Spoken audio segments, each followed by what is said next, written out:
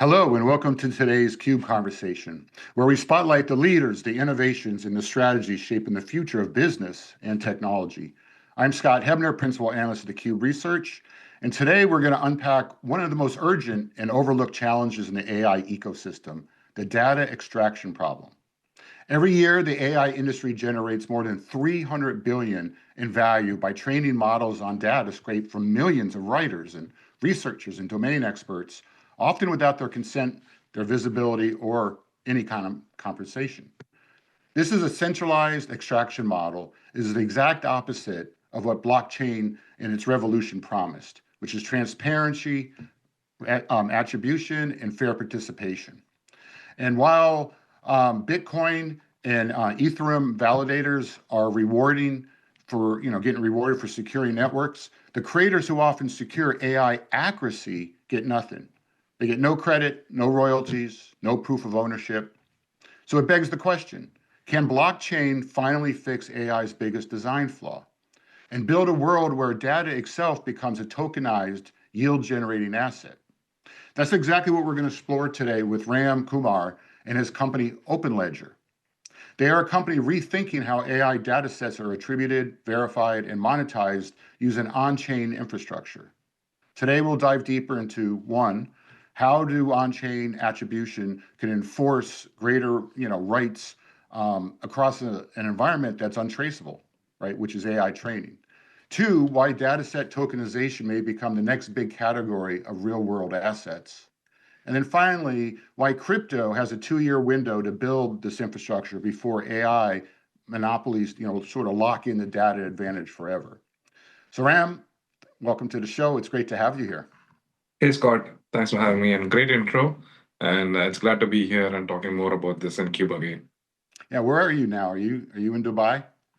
Oh, I'm in SF right now. I'm traveling, so I'm back to SF. But I couldn't come on the show, so I decided to do like a video call. All right, cool. Well, look, Ram, let's start with a little bit about the company. You started Openledger back in, I think, 2017, long before today's AI boom. Can you give us a little bit of a quick snapshot of your journey from the blockchain R&D and the enterprise ML services that you're building? And I think what you're trying to do is create payable AI.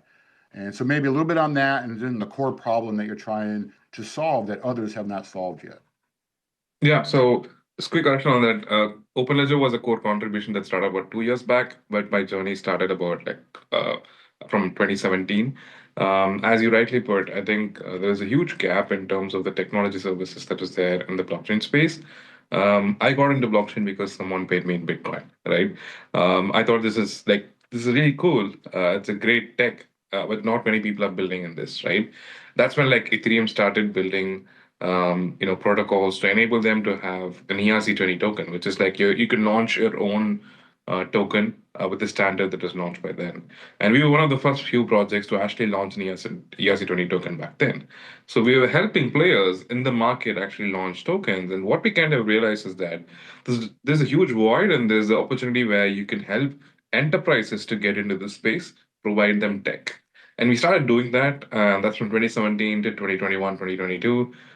We saw there is a huge requirement for people to get into the space. There's a huge migration happening as well. Back then, everyone wanted to explore Web3, right? And as we were doing this, we also provided machine learning services for these large enterprises. And we were working with enterprises. We scaled to a large team. All of that was good, but we were not providing any kind of solution or a product to the masses, right? This is when we also saw, on the other hand, ChatGPT moment happening. Like ChatGPT was launched, everyone portrayed this to be the next big thing in technology, and that is very true. That is what was happening. But what you also saw was happening is that anyone who wanted to participate in AI could not do much.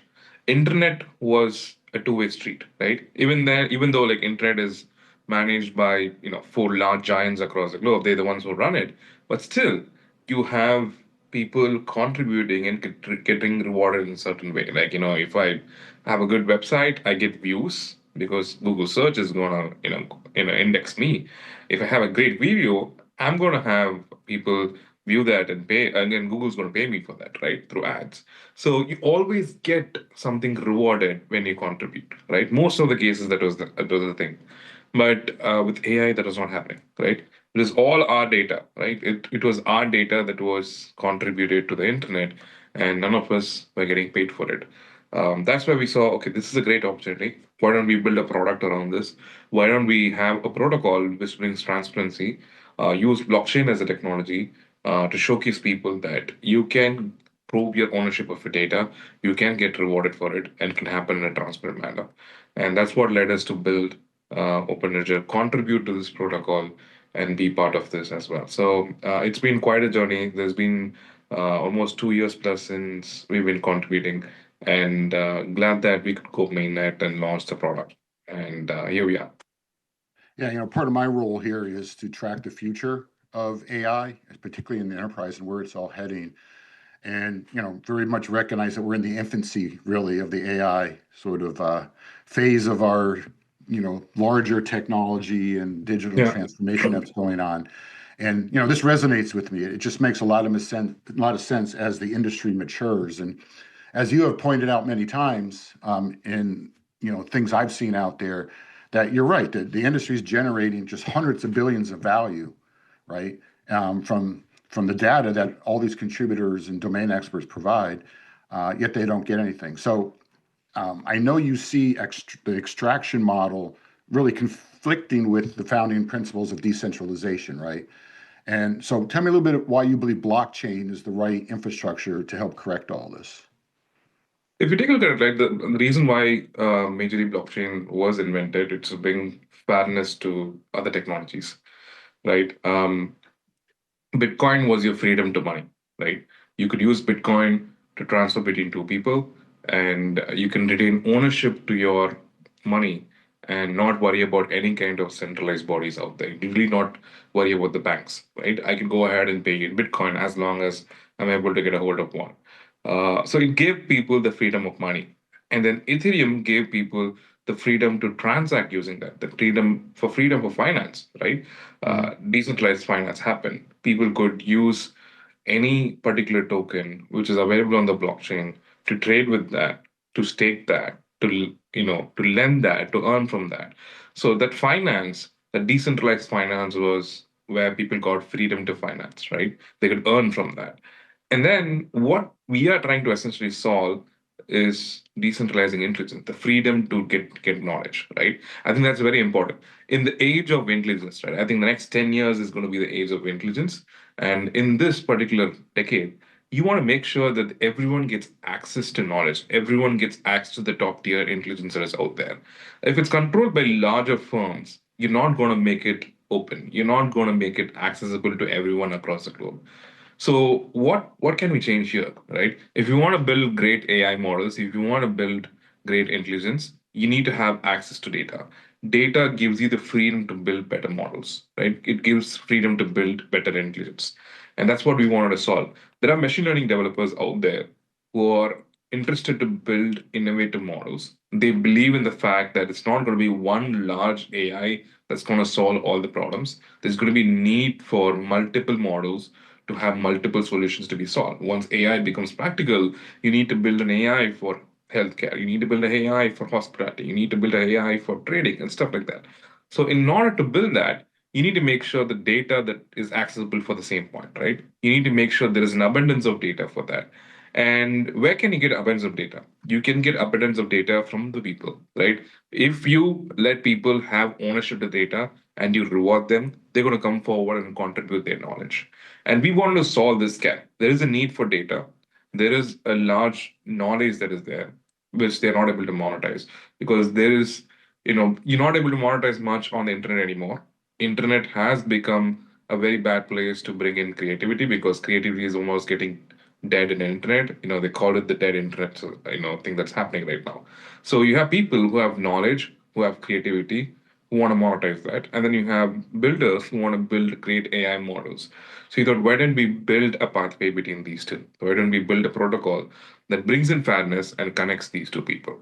And I think that's why blockchain is important. I You can believe in the code, not the people. They don't have to trust the people who are contributing to it. They have to, trust the process, trust the code that is there. So anyone, so let's say someone sitting in Kenya could contribute data to a builder based out of US, and they can go ahead and collect this data and build an AI model, and then use our platform to showcase this was a particular data that you contributed, and this is where you own that data, and all of this data was moved in the model that's shown on the blockchain, that is registered on the blockchain. And if this AI model was launched and was accessible by people on the chain, you will know who accesses it and who used these model. And out of that inference that came out of that output that came out, you could figure out whether your data was causing any kind of impact on that output. Was your data, was your knowledge be part of any of the output that AI model gave? If it was, that is also registered on chain, and you could track how much you're going to get paid. So the entire supply chain is brought on the blockchain to showcase transparently where the data came in, where it flew, and where it was made as a model, and who used that, and whether you're going to get paid out of it. Now, this is the transparent, open, glass box where you can actually see what's really happening. What's happening in the Web2 space is a black box, right? You really don't know what's happening in the centralized models out there. They extract your data, they use your data to build AI models. You don't know what data goes into the model. You don't know how the model behaves. You don't get paid. You just gotta access the model that is there. But in this case, you can know how your data is being used. You can know why people are using these models and how much they're getting paid for it. And if they are, you also get a piece of their revenue. So that's essentially what we're building to build this transparent system so that people who contribute data get paid for what they contributed. And apart from this is like the transparency part, right? Where you're able to make it verifiable and open. On the other side, the simple mechanics behind here is that crypto is much easier in terms of transacting between two parts of the world, right? If you're sitting in one part of the world and you have someone else contributing data from another country, using traditional rails to reward them is a nightmare, right? There are so many red tapes, there are so many complications. You can just use crypto to do that, right? You can go ahead and pay them in crypto, and they can off ramp anywhere, any part of the world. The on ramp and off ramp mechanism of crypto is so widely accepted and so widely grown right now. So anyone can get paid in our tokens and off ramp that and start using it for their own purposes, right? So that's the second biggest reason why we used blockchain. First, A, for verifiability, and two, for payments and for rewarding. And we truly believe this is was how it was intended to be built, because we've seen other data marketplaces, we've seen other players build in the space. For example, Hugging Face went ahead and had a competition for people to contribute language data sets, and they took 3 months to collect, I think, close to about half a terabyte worth of data. We did our testnet in about a month's time, and we collected 3 terabytes worth of data in about 1 month's time. And we were much higher in quality, much higher in terms of variations, and we collected data sets for languages across different parts of the world. Close to about 10 different languages was collected.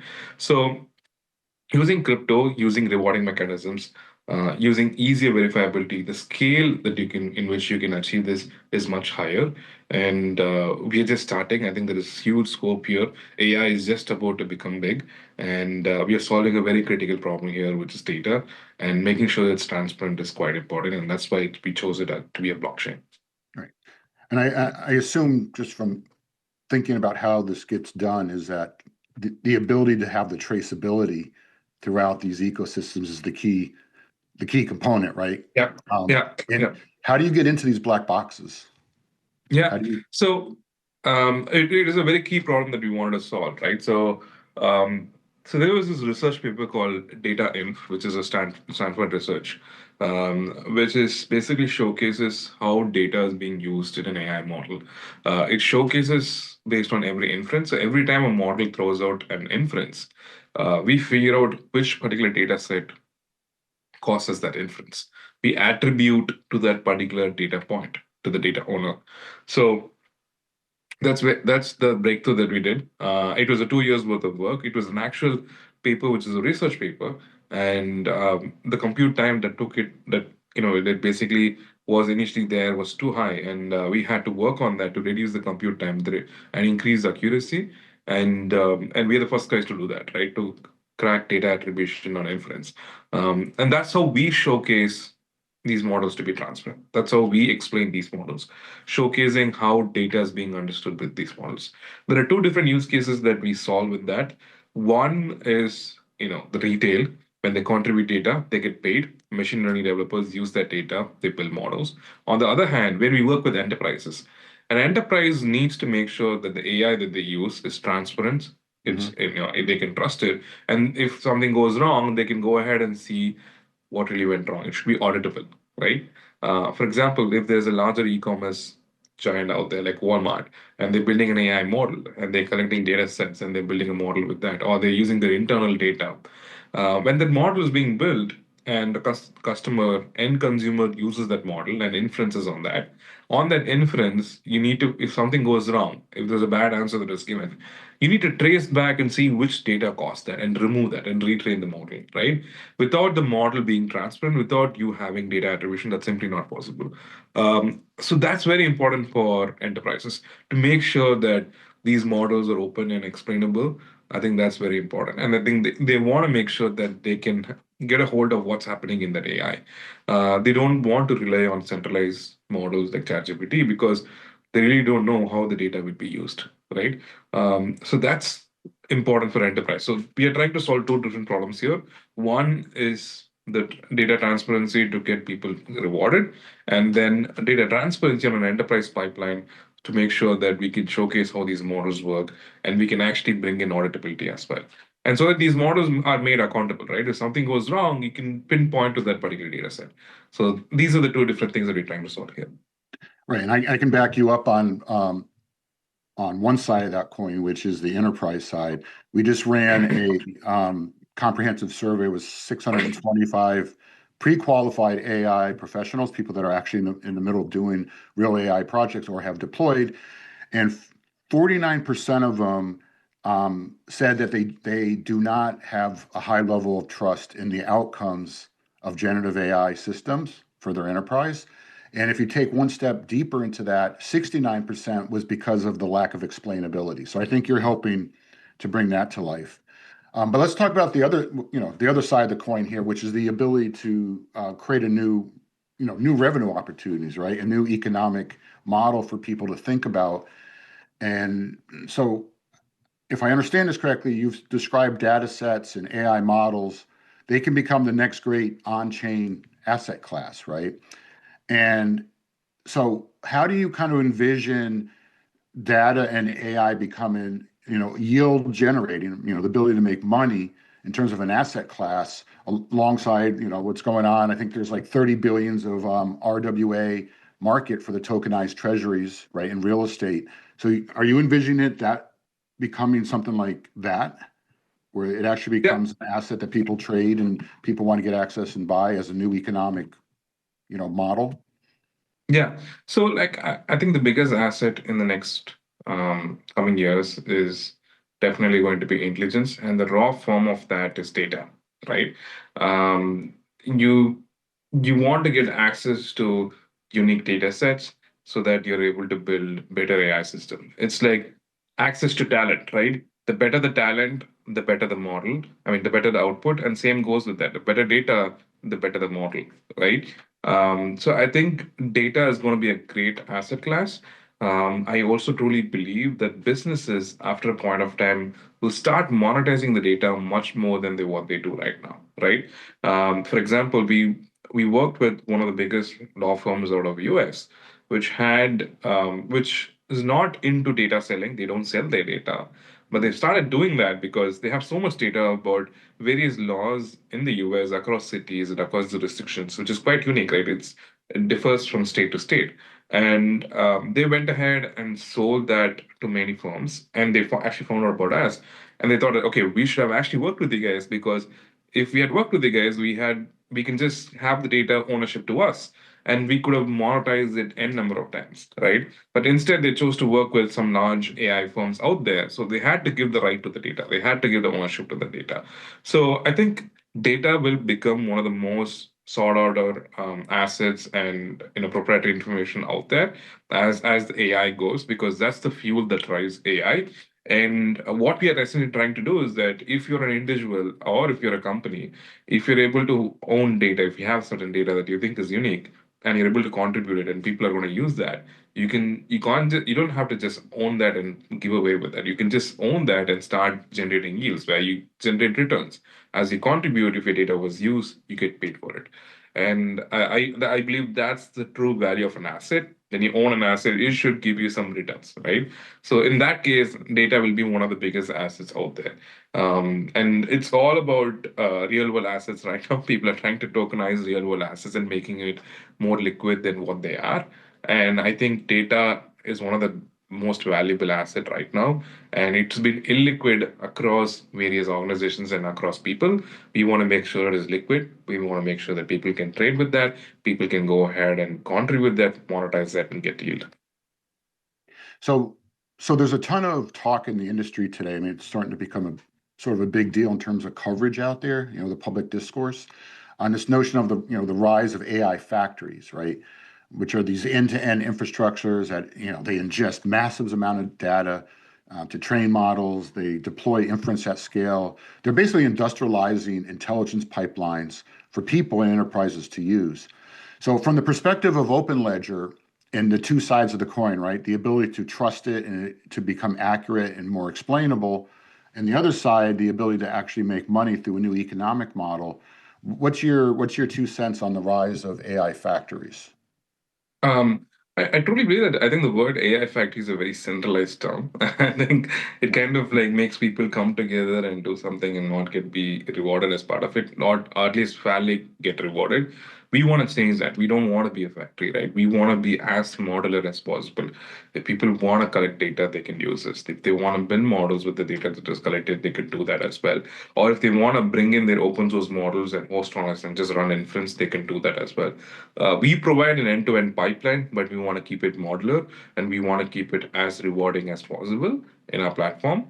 And I think that's the best way to bring in innovation. If you try to control pretty much every other part of AI, I don't think there's scale there. I don't think there's innovation. And that bottlenecks any kind of innovation that is about to happen. When you bring in people together and when you get people to actually work on cool stuff by giving them access, by giving them easier workability in terms of what is available, I think that's where innovation peaks. And most of the innovation that you've seen there in the last 20, 25 years in technology has been open source, right? Has been actual contributions from people where they got access to tech and they build something cool.